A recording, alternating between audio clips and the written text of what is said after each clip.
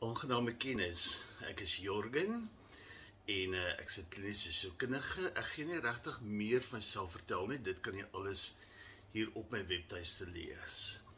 Maar in hierdie praktyk is ons gemaklik voorrangterme, jy en jou ensovoorts.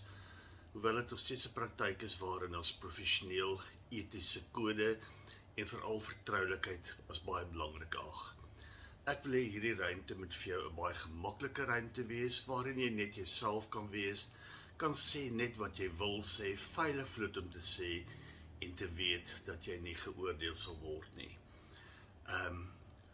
Kom kyk gerus deur my webtuiste, kyk wat jy aangenaam vind, is daar dalk iets wat jou hierheen aantrek en maak dan 'n afspraak as jy so voel.